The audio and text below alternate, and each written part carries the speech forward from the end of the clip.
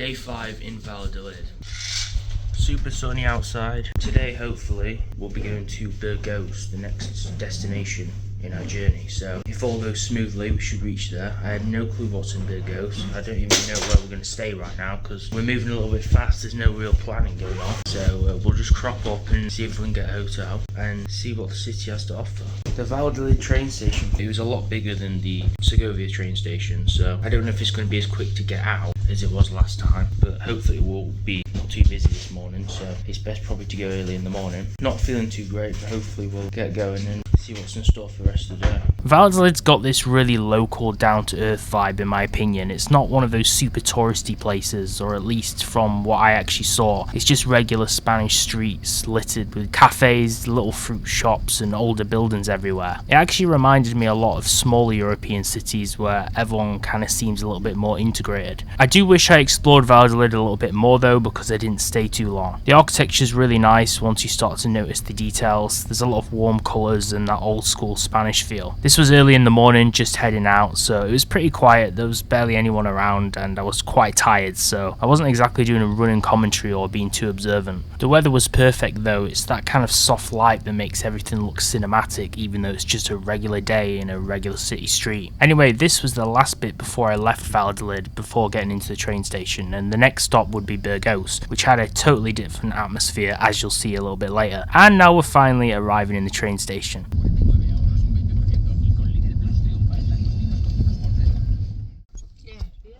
Son 6.80. Gracias. Gracias.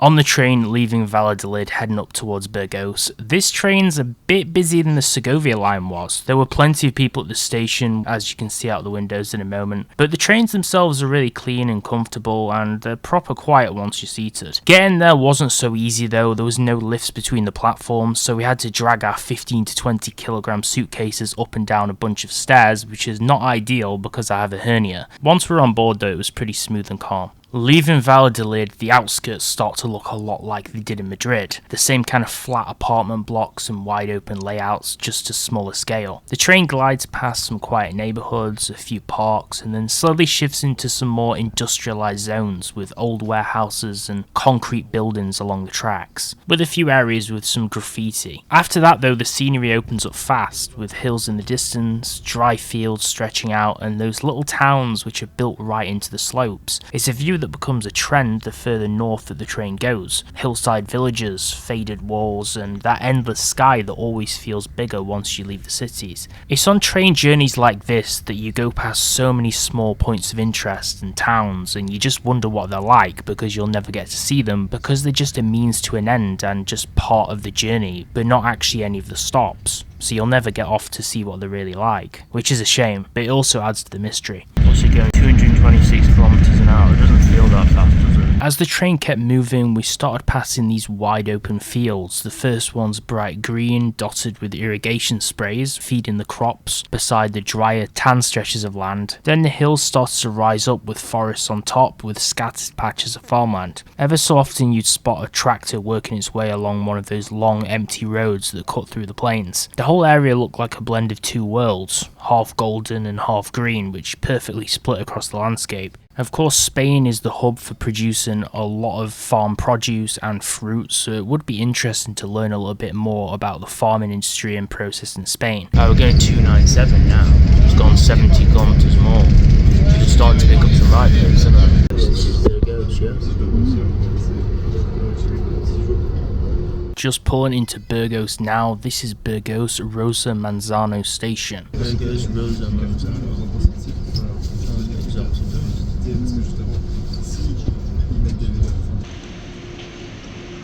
Right, we've arrived at Burgos station. Let's go check this out then, shall we? See what this city has to offer. It's about 30 minute train journey. 32 minutes. It's supposed to be 37, but it was about 32, so it's not too long. I think it's about the same distance we had for the last leg of the journey to Valladolid. So yeah, it started off slow, it was going slow, but it picked up pace and it went a bit quicker, so it was only about 30 minutes. We left at 26 minutes past 10, and it's now about 10 past the next time. Oh. So that's about 40 minutes.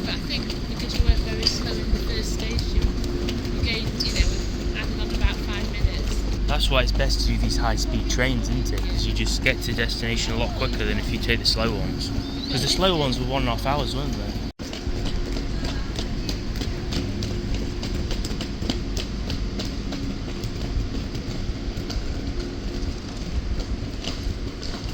Right, at least we've got an escalator. I hate having to wheel down my suitcase on the steps.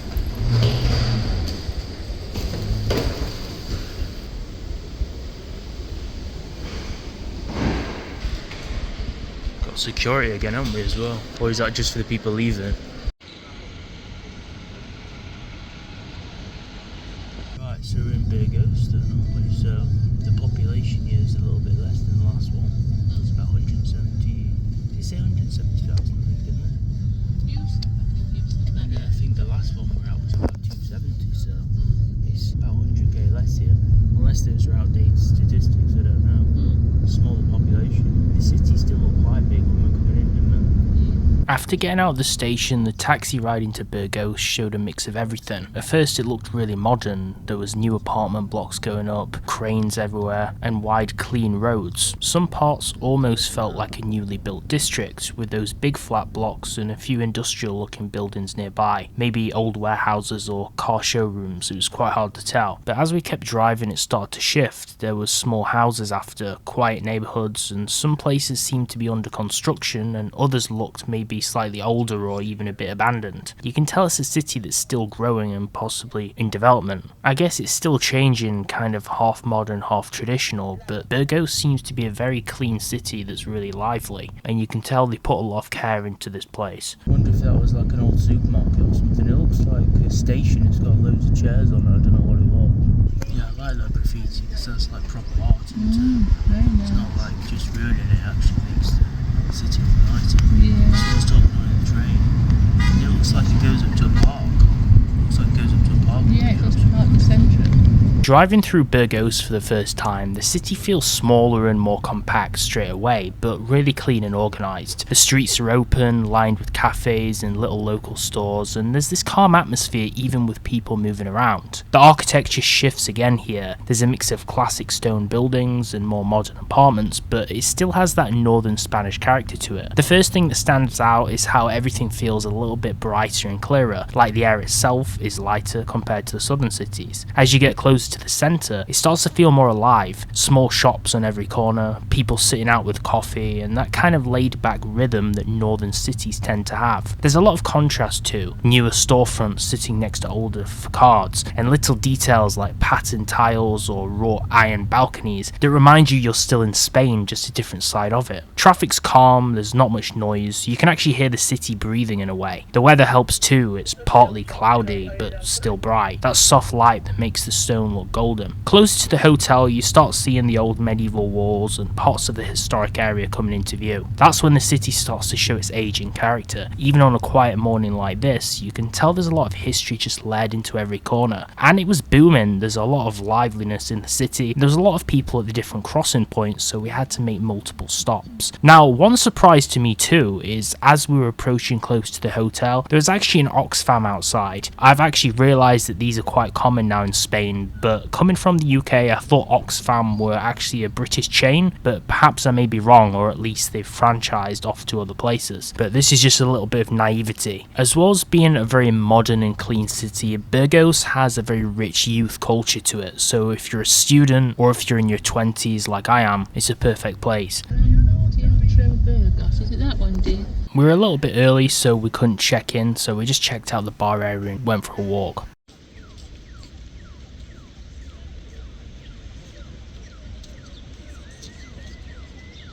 Is it called Suspension Bridge, isn't it? I remember we were on a suspension bridge in Barcelona as well. Well, it was the one that opened and closed. And there was so much weight on it and people, it was just bouncing so much. That was Marriott. No, it wasn't. Because we went over the water and the boats were there. No, it wasn't. That was Barcelona. Really? Well, it's a bit of a park next to a bridge. It's quite nice, isn't it? It's the first river I've seen anyway.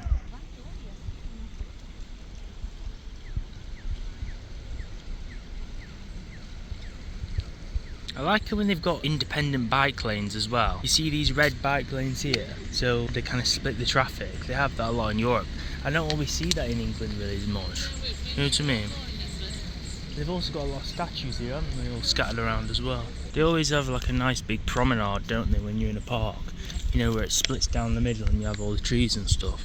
A lot of people walk up and down in the night time as well, and sitting, people watching, go to meet people. It's quite a nice gathering place. Junta da Castilla y León. So that must be an important building. Anything with flags on it that looks really modern, I just presume it's some kind of important government building. There's also loads of coaches outside as well. Looks like they've got a wedding going on here.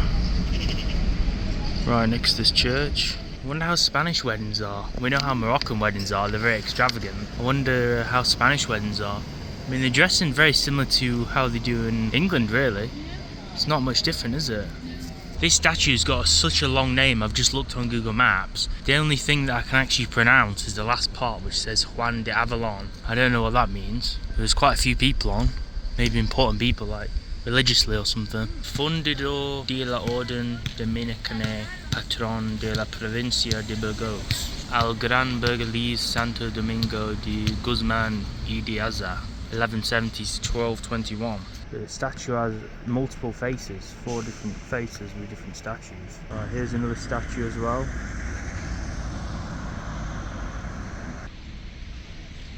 This water's very shallow down here. It's a nice country trail though, isn't it? If you had a bike or something, it'd be nice to go down there, wouldn't it? I mean, the river's really shallow. So it's like, even if you fall in, nothing's going to happen to you, is it? If you drop off the bridge or something, it's not like you're going to hurt yourself down there. Seems like a nice walk when we go down the parks, but if we keep walking down there, it's going to lead us to nowhere. It's just forever, isn't it? So we've got to find some shops. This is the extension of where the park goes across here with all these rocks and sculptures, which looks really nice. And we're walking next to the highway trying to get into the town centre. I am on a bike lane though, so I need to get out because otherwise I'm going to cause a catastrophe. Which reminds me when I was in Amsterdam and there's bikes literally flying around the corners and they nearly run you over. Have you been to Amsterdam?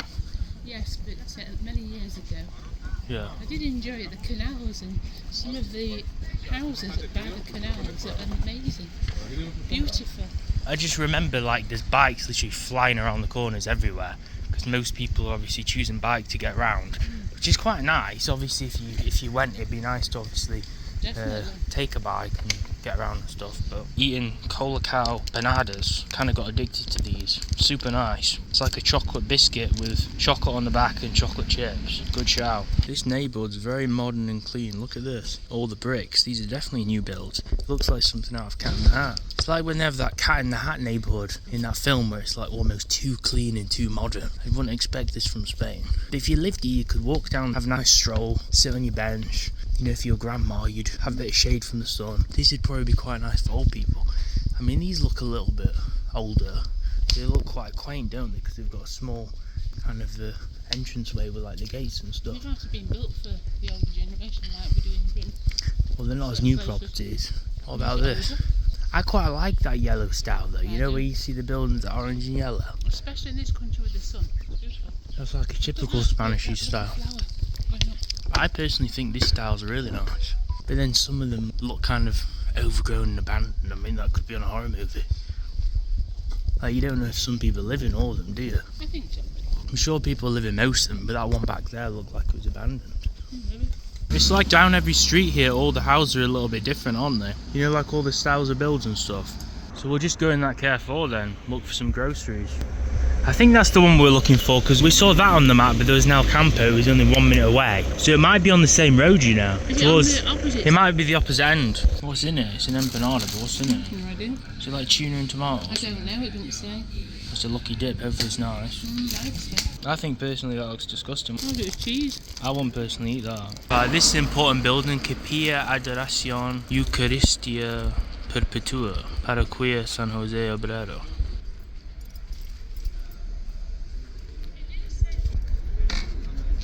Well, apparently you can't go inside that building, which looks like it might be important. So, I guess we'll just go to another supermarket and see what we see as we're walking through the city. Kind of go on a bit of an urban tour and exploration again. These are very pretty flowers. They're called geraniums. They actually look really nice in the camera, geraniums, yeah. Yeah, I've got a lot of cuttings on the kitchen windowsill. There's an army surplus store, Army Beer. That's just like in England when you have like camo and air rifles. But that's just like the other piece we saw at the park when we were driving past, the graffiti. I mean, if it's like done right, it actually looks quite pretty, doesn't it? It's like real art. Like this is next to a veterinaria. I guess they've just drawn it themselves, haven't they? So I wouldn't really say it's graffiti per se, but quite pretty stuff. It's funny these high rises because you don't know like who's watching you, who's on the balconies. You know what I mean? Like I looked up about 12 stories, I saw this old guy just staring at me. And I was just thinking, people could be peeping through any crevice, you never know. Yeah. Like people watching you, like while you're down on the surface just strolling, someone could be watching you. Sometimes I feel like somebody's watching. But at the end of the day, These are quite nice, these houses as well. It's weird because it's urban. like Sweden, Switzerland, aren't they? Yeah, they look like what we saw in Austria. Yeah. Austrian Switzerland houses. It's weird this place because you have like some high rises, don't you? And like shops and stuff, and then you have these Swiss buildings, then you have those modern buildings we saw on those other roads. So it's like the architecture's like, it's not really synergistic, is it? Quite like the cartoon style though on that kid's nursery place. Then here you just have a construction site where it looks like a missile hit the thing. You know what I mean? It looks like Spain are at war or something. And then you've got like back to apartments again. So it's just completely different style everywhere, isn't it? And the yellow mailboxes, I think we've seen these before already, haven't we? The fact that in England we've got red mailboxes, but here they got yellow ones. Just thought I'd just give a little bit of a walking tour really, just show a few of the different streets, what it looks like when you're on the ground. I could do just like general tourism attractions, but if people actually want to see the city, they can kind of see just what all the back streets look like. Because people will just see on YouTube what all the centre looks like, won't they? Yeah, but there might be people watching this who wants to maybe move here or visit here, and they want to see like what's the normal streets like, The real place. not like the honeypot for tourism and stuff. You've got 10 a penny videos on all the tourist centres, but these are nice, real, videos. It's the of real what's raw view of, you know, the normal streets where people actually live and not just the churches and the main hub. I mean, even the butchers in the supermarket's quite nice here, but this is like a proper gourmet one. That's Al Campo. And you can even see some of the castle wall there, can't you? Or is that the church? I'm not quite sure what that is. Yeah, I think it's a church. We'll have a closer look after.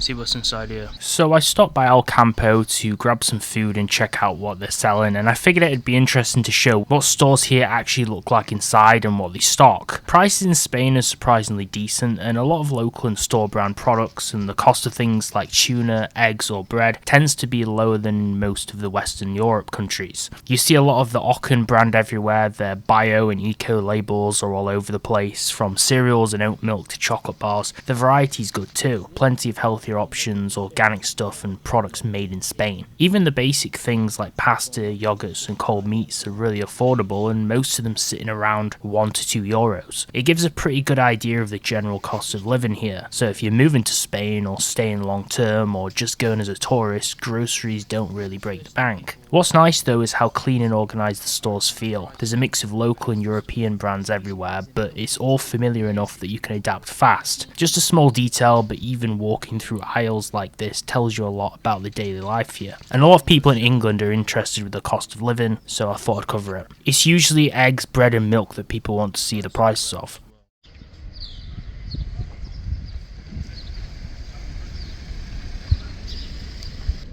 Don't think we can go in this church, it must be a private one. There's no kind of service in here. So I guess it's called Plaza de Conde de Castro then.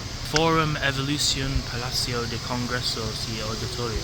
So I wonder if the museum's inside there, because if you look to the right, there's a small sign on the right, if I can pick it up, which says the Evolution. So I don't know if the exhibition's on the right side, or if it's in the big building. I don't know. There's lots of buildings all together, so it's a large area. Yeah. It's nice though with the fountains, isn't it? Yeah. I mean, I would have called this a plaza, not a forum. I think it did say plaza, didn't it?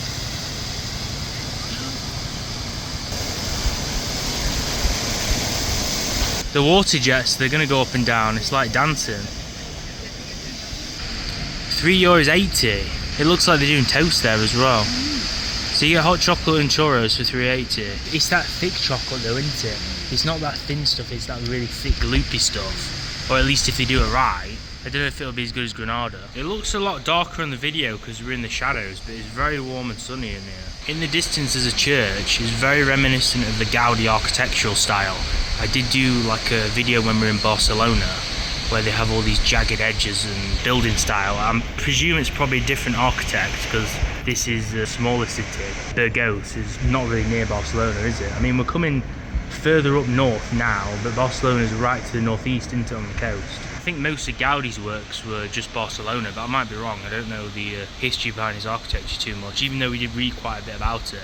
We'll call the main bridge. Correos y Telegrafos. I reckon it'll be a newspaper, probably, I think. Like the Telegraph. You know, we have like, what's the Telegraph? Daily Telegraph, isn't it? Look how amazing the city gates look here. All of those pieces, all those statues and ornaments, they'll be people from history. Like conquerors or people related to the town, the city rather. It's like when I was in Zadar, they have like the sea gate and the city gate and, you know, very ornamental. And then you see up here we have the cathedral poking through as well. We'll definitely have to take a look at that, won't we? They're beautiful architecture. Then you just have under the bridge where the hobos live.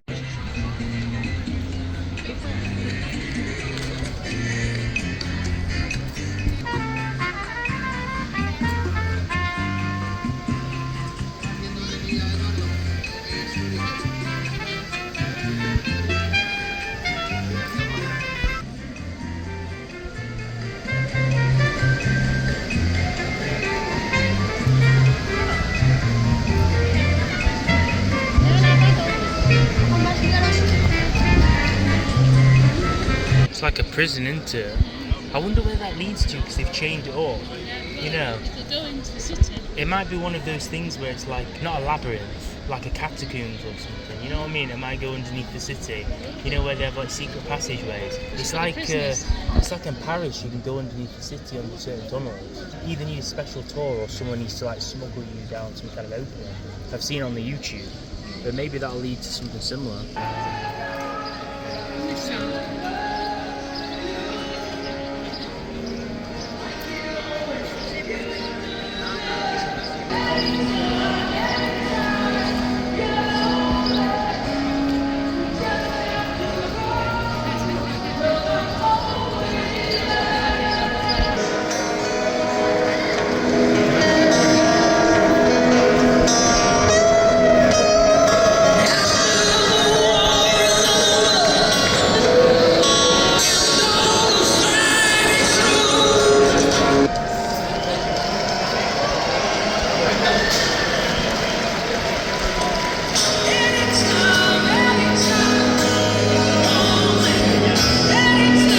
You can go up onto the top of the city gate, up all these winding steps.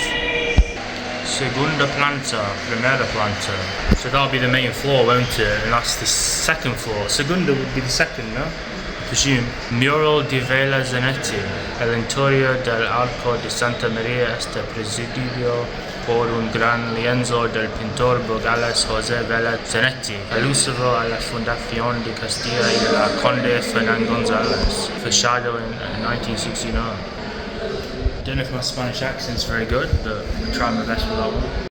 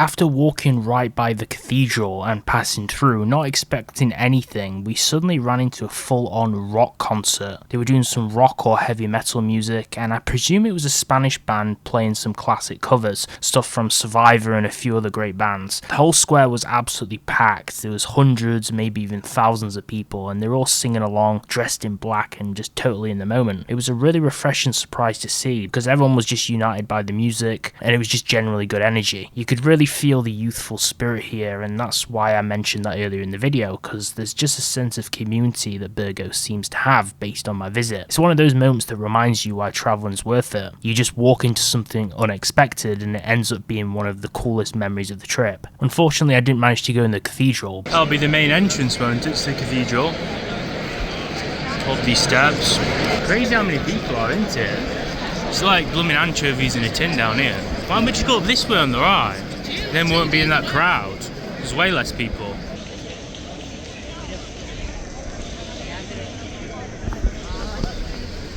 It's all going Burgos with all these markets going on. First we get a rock concert, then we get markets. If you just go wandering about, you walk into loads of stuff.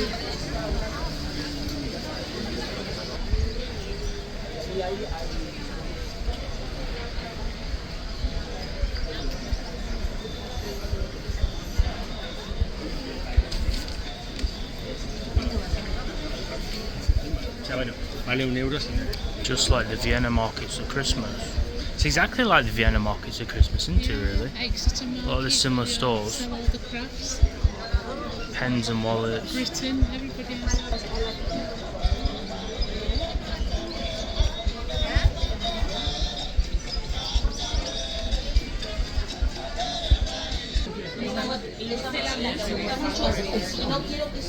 Yeah, when there is an event, they'll have some riot customers, won't they? Going through here. And it was like an army, wasn't it?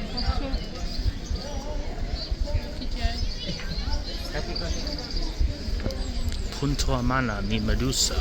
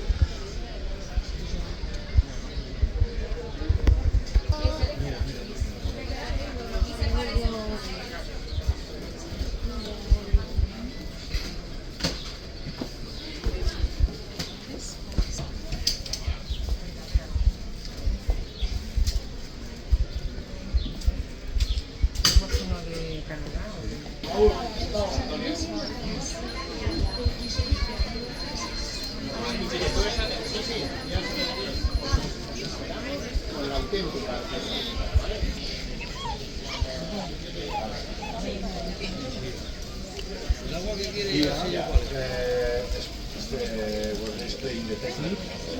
Is in English too. Spanish, English.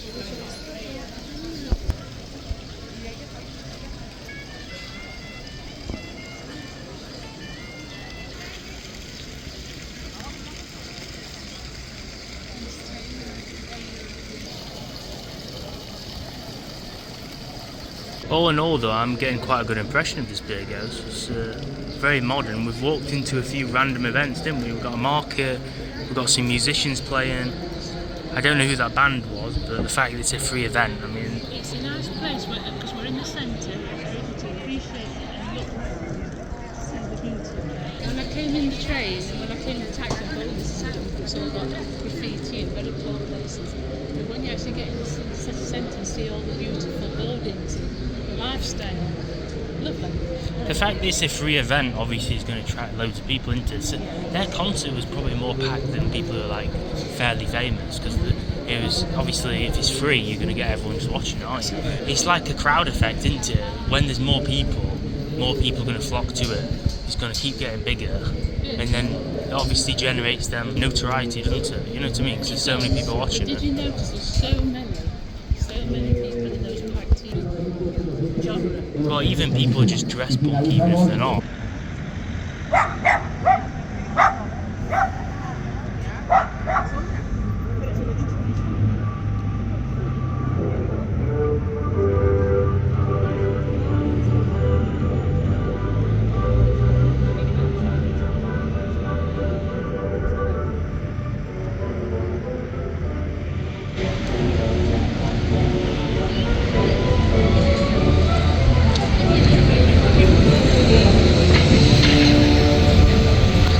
Here's another glass elevator where you can see inside the hotel as you go up. I think it's quite nice when you're going up and you can look down. But anyone who's afraid of heights, when you get really high, it'll just make them brick it. There's 8 floors and we're on floor number 6, so hopefully the room's nice. Should be this way to 605. You could sit here by this window. 611. I think the cleaners might still be here. Right, so we're in the room, boys. This is the bathroom setup. Looking very modern. It is a bath shower, which is a little bit of a shame, but it does look quite nice. Let's check out the room. What's the room saying? It's got a double bed set up. We've got what looks like a bench. I don't know if this is the TV. Is that literally? Oh, I don't think so. No, the TV's here. I thought that was literally the TV, but it's just reflective. Got a chair in the corner. Got a lamp. Looks dark for some reason, but it's not. Got a bin over there. Telephone. This is a weird setup. I've not seen this before. This is my desk setup, so I can go on my laptop over here. The surface is not really ideal for my mouse. Again, just like the last one. It would be nice if it was wood, but I'm gonna have to find a surface for my mouse. That's gonna be a bit annoying. But we have a lamp. We've got some coffee in a mug. I don't drink coffee. Nice TV, which isn't above the desk this time, which is nice. Because usually the TV's right next to the desk, so if a second person wants to watch it, or someone's on the computer, you're just going to get absolutely deafened. This is the view of the city, pretty high up. But at least we can kind of see the road. We're not on a main road, but we can see that bridge that I showed you earlier, so we're right next to the bridge. It has this, I don't know if you can see, but it's got this like meshing on the window, so the shot's not as clear. There's a cafe down there. Don't know how long we're going to be here, maybe 2 or 3 days. But we've had a bit of a walk around, but it's been quite eventful. We've only been here literally about 2 hours, so it's been pretty eventful already. We've already walked through a street market, a concert, seen the cathedral, walked through the park in about 2 or 3 hours, so it's pretty good. Regular buses here, it seems, not as much as Madrid, if you watched the last video where I was stuck in Madrid. But yeah, seem to be quite a few hotels over here, so if this gets fully booked, we need to extend. Should be some other options. But all in all, Burgos seems like a pretty nice city so far. What is going on down here, boys, with these massive big mannequin costume things? I think that's from some kind of festival going on down there. I wonder if there's just one person inside those moving around wearing it, or if it's some kind of like animatronic or something. I don't know what's going on outside in this hotel right now, but the place down there is absolutely packed full of people. People just spawned in here, just respawned across the road. And there was some music before, so I'm not sure if that was something to do with that, and then now they're moving up. Quite a few people in this cafe right now. It looks like quite a nice vibe in the daytime. We've got food deliveries, what the head's looking like down here. We've got plenty of people walking across the bridge. Quite a bit of foot traffic right now. For the OAPs that like to book hotels to do some people watching, this is definitely a shout.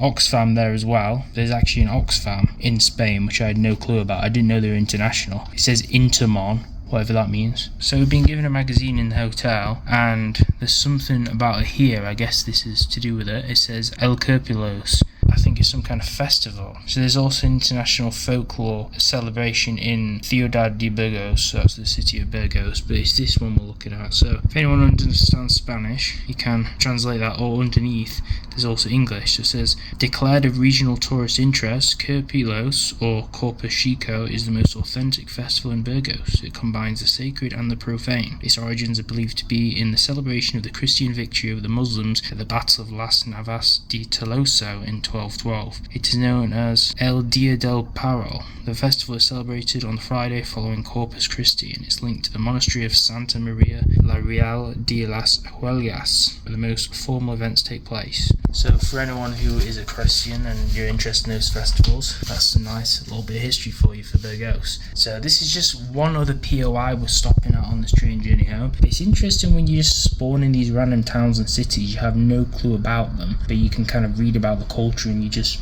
kind of walk into random happenings and see them outside. There's so much to see, so much to watch, and day one's been pretty eventful. To be honest, it's a lot more eventful than the last place, Valladolid, or Valladolid, because we weren't actually really near anything. We were just on the outskirts of the hotel, so I kind of just showed like all the groceries and food shops, which is obviously a little bit anticlimactic. I did show a little bit of that earlier, but I was really wanted to show people who maybe do not live in Spain or haven't been to Spain to actually watch these specifically to figure out how the culture is. So I wanted to show, particularly earlier in this part, I wanted to show what like the actual back streets look like, the less populated streets, you know, less populous, not many people there, what they look like, what the normal apartments look like, and the living conditions, scenarios, the size of the cities you don't see, and also the general food prices, because I know when a lot of people watch travel videos, they might be planning to go somewhere or maybe planning to move to live somewhere, and they want to know what's the comparison of the prices in that country to their home country. So what's the price of eggs, milk, you know, the generic staples, meats. So that's why I just showed those random clips earlier of the supermarkets, because it's a lot of good information for people to see, and I know a lot of older people like to see that stuff. For example, my dad, he always watches a lot of YouTube and TV at home, and he watches videos on like foreign countries like in Africa, North Africa, also in Morocco. He was watching some videos in Tetuan, which is obviously opposite Spain on the coast of Morocco, and he usually checks like the price of meat and fish over there too. So a lot of people like that kind of basic information, so I thought I'd include that.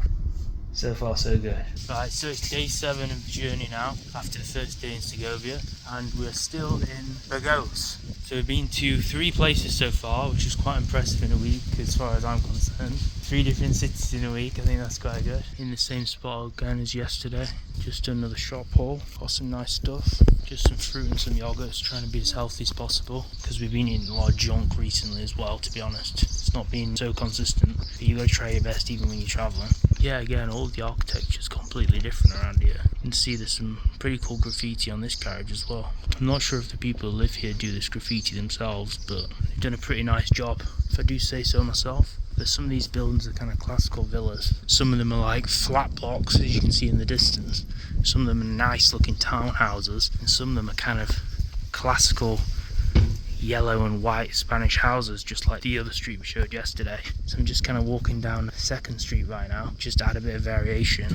This is like Art of the Mines. It also has an artist website as well, so I presume whoever's done the graffiti, I'm going to give them a little cheeky plug right there. This is under construction, whatever this is. It's always good to have a look at these side streets to see what the actual place looks like, because whenever you're watching videos about cities, you're always watching the highlights. You're never watching, I won't say the low lights, but you're never really seeing the kind of other side of the city, which is what I'm trying to show, because I'm sure there's a million videos on, for an example, Burgos, and they're only going to show you like the tourist estates, but they're not going to show you these kind of rundown houses that kind of need overhauls.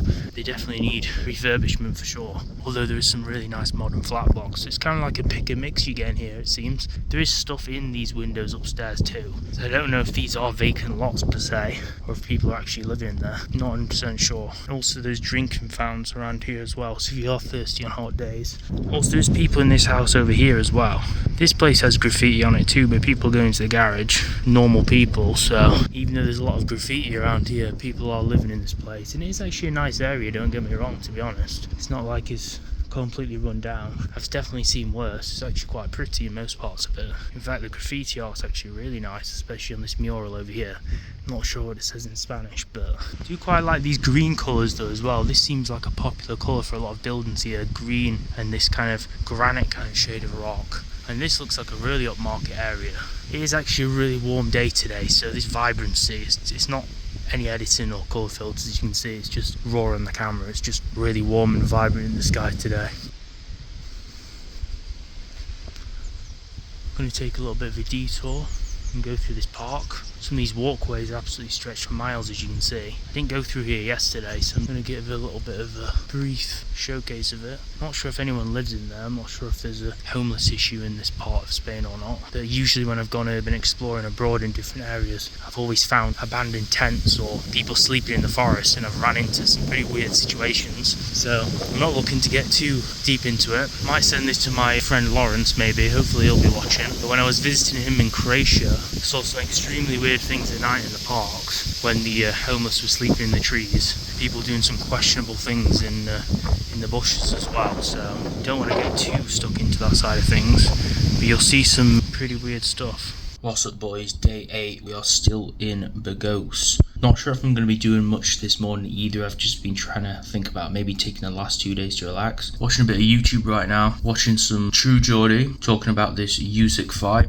And then I'm also going to have this rice. Waiting for it to heat up right now. I don't know how good quality this is, but as you see, we have been eating a lot of potted food and a lot of tinned food. We have some tinned salmon here too. Might eat some of this later. Also, been buying these since we got here from Carrefour. These are super addictive. They're basically just like those Kinder sticks, but like a cheap version. I personally think they taste better. Also bought some lentils. I was deficient in vitamin B12 for some reason last year. I started taking the shots. Went to the doctor for other reasons here in Spain. At the same time, I decided to do a test for B12 and the causes of it. Turns out, as far as I know, I don't have any causes of the deficiency that are out of control, so it might just be a dietary thing. Still a mystery, so I'm just going to trial not having the vitamin shots and see how my levels are. But because of that, I do need to eat things with B12 in. I don't know if spinach and chickpeas have it in, but I know I'm supposed to eat lentils, so I do need to get some lentils. The only downside is they taste horrible cold. These are nice though, tin sweet corn, been eating those as well. I'm making sure I get enough water in. Sunny day today. Don't know what the temperature is, probably about 26 to 28. Might go out later, we'll see what's in store for us. I've not been showing like all the stuff related to my store because I want to mainly make this like a travel journey, but for any of my subs who have been keeping up with my e-commerce and dropshipping journey, as you can see, we do have one sale this morning. This is on a female fashion product. Nothing was selling for a week. Turns out I screwed up and I made the Facebook ad campaign to try and get add to carts instead of purchases. I was wondering why it wasn't working, why I was getting like 200 add to carts after a week and no sales. Well, derp. Turns out I made a big mistake. So after changing it since yesterday, for some reason it's not letting me change to yesterday's results. But basically we had, the day before yesterday,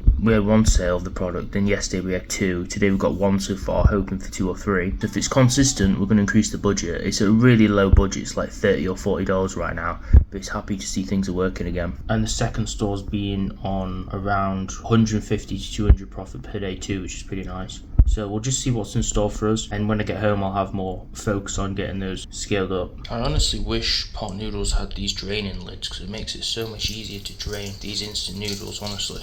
Well, it's instant rice. I've always been super wary of these two because it's literally just a plastic cup, and they always fearmonger about like microplastics and BPA and stuff, so it's probably not good putting boiling hot water in this. But I am hoping this is not hard. I'm hoping it's soft enough to eat. That's pretty decent. I do regret putting only about 1/3 or 1/4 of the soy sauce pouch that it came within though, because there's like no flavour. I think these are like tiny chicken cubes. Turns out most of the shops here, they seem to close at around 2 PM in the afternoon, and then they seem to reopen about 5:30 PM in the evening. Now, we were curious why this was, so we did ask the hotel, and it is actually what I was thinking. I think I already mentioned this actually, but people are having a siesta, so shops seem to open like in the evening again and shut in the afternoon, which was a little bit confusing for us, especially a big conglomerate like Zara. We were in Zara, I believe it was yesterday or the day before. It was basically shut in at 2, and then obviously it was Sunday, so it was probably closed. So I've missed out having a good look in there. But this guy over here, the gentleman who runs this cafe, what he basically does is he apparently is taking his tables and chairs back inside, has the siesta time, then takes them back out only a few hours later and just starts all over again. And he's sat outside for basically most of the day as well, so that's some real commitment for you. If anyone's around here, maybe this cafe is a good spot to check out. There's the Polizia local police car, pretty cool livery on that. And people are crossing the buses over here. There's a bus stop right outside. Not sure how much the bus do cost here. And that Oxfam was open today. Apparently, it seems like everything in there is new, so it's not mostly charity shop stuff like in England. Although, to be honest, in the Oxfam in the UK, it does seem to be kind of like a mix. There does seem to be a lot of new stuff in there too. You get like organic and fair trade chocolates and things, so it's always been kind of a high-end store, but it seems to be mostly new goods in here. And along with the other shops, it does seem like Oxfam's open again, because that was also open this morning before it closed. Yeah, it's getting pretty lively outside again. It seems to be lively outside until I'd say about 12 at night, maybe half 11 till 12. People are up quite late here, just like in Madrid. People are pushing like prams until like half 11, 12 at night. So it just really depends on where you are. Completely different lifestyles and culture. It's the same idea as in Madrid. I do see a lot of South Americans and people from the Americas doing that as well, who have obviously emigrated here. So I'm not sure if they've adapted to the same lifestyle or if they have the same kind of lifestyle and routine in their countries before they moved to Spain. But it's a very interesting dichotomy, as they say. It's an interesting thing to assess.